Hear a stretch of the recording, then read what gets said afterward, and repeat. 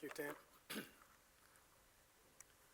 War-torn countries, starvation, exploitation, refugees. Our world is witnessing the worst refugee crisis in 100 years. I know a little bit about this. In 1989, Liberia was in the midst of a civil war. At 4 a.m., 7 men armed with AK-47 took me away to be executed because of my ethnicity. By the grace of God, I escaped and came to America.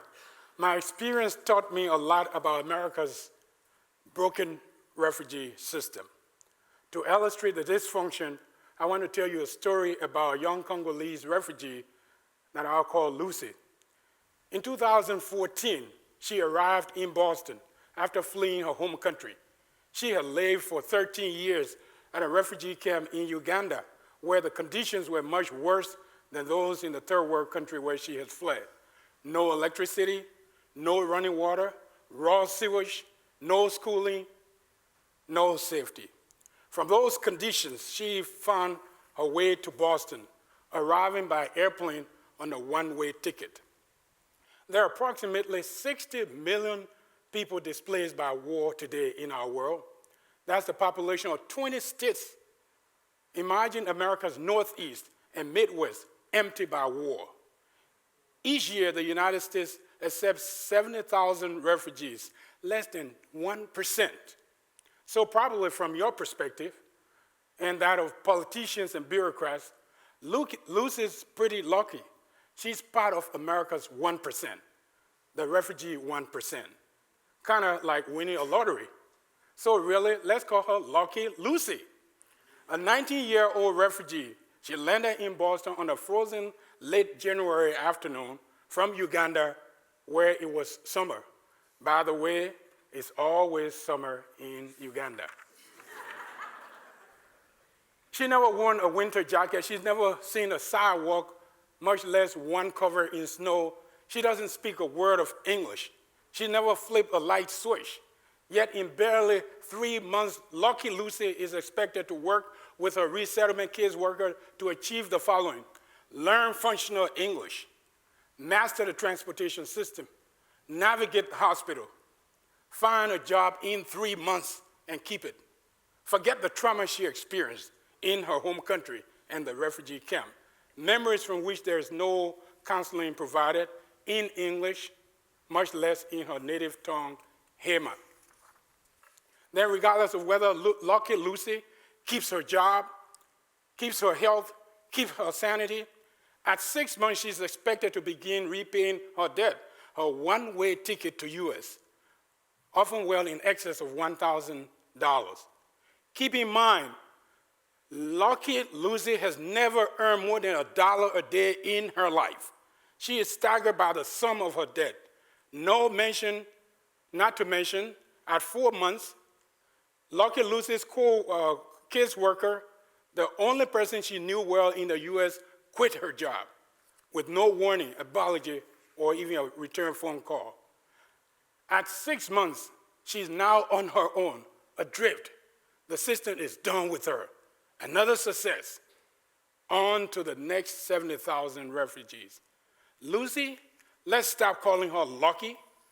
Lucy has run into the brick wall that I refer to as the 5 barriers to refugee assimilation: cultural shock, language, trauma, loneliness, debt. The system is broken. Yet for many, there is another system, a refugee-designed, family-based system, one rooted in relationship of grace. In relationship of grace, healing, sacrifice, and love. This model for refugees, designed by refugees, is best illustrated by the life and experience of Jeffrey. Jeffrey fled Liberia as a child with his extended family in civil war.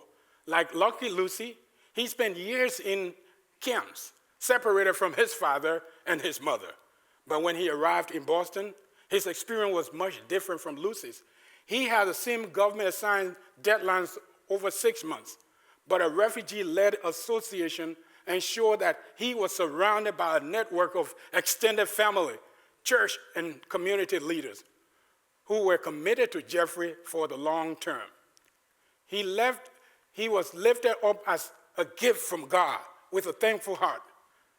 That circle of aunties, uncles, and mentors ensured that Jeffrey was enrolled at St. Patrick Middle School and then at Boston Latin Academy.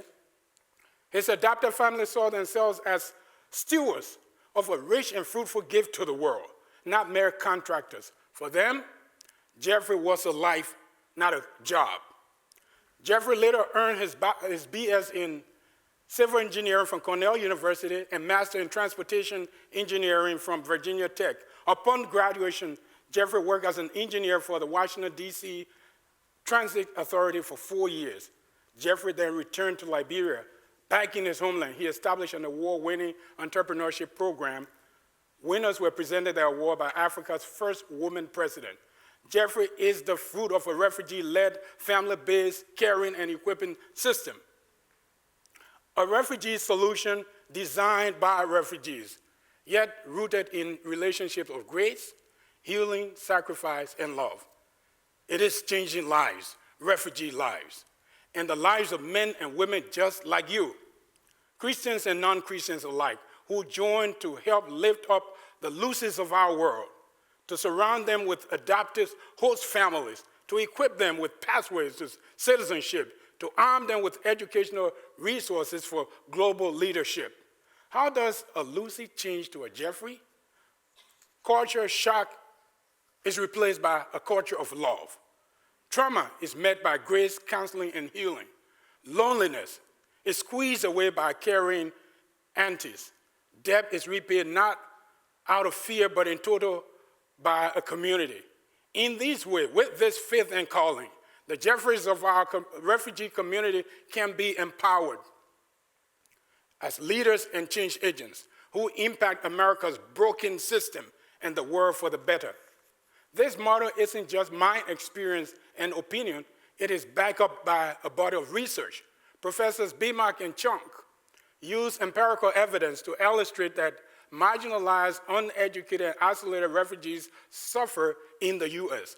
The refugee experience continues to be one of trauma, but married and educated refugees, those with family support and healing structures, have a chance to thrive. They make a case in a chapter they contributed to the 2002 book, The Psychology of Terrorism. Another researcher, Mauricio Miller, a 2012 MacArthur Genius Award recipient and founder of Family Independence Initiative, studied the histories of immigrant, migrant, and indigenous communities in the United States that managed to rise from the intense poverty to middle-class standing. He found that pathway to success require a group effort. Individuals and families that turn to extended families and friends for support and resources are most likely to better their lives in America.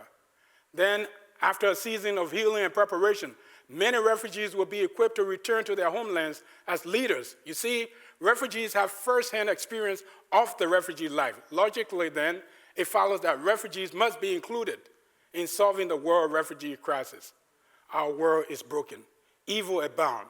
There will always be armed men with AK-47, refugees like Lucy, like Jeffrey, but there need not always be a one-way ticket, broken spirit, and a system of dependency.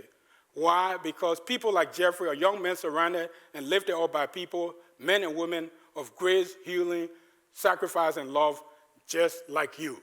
Thank you.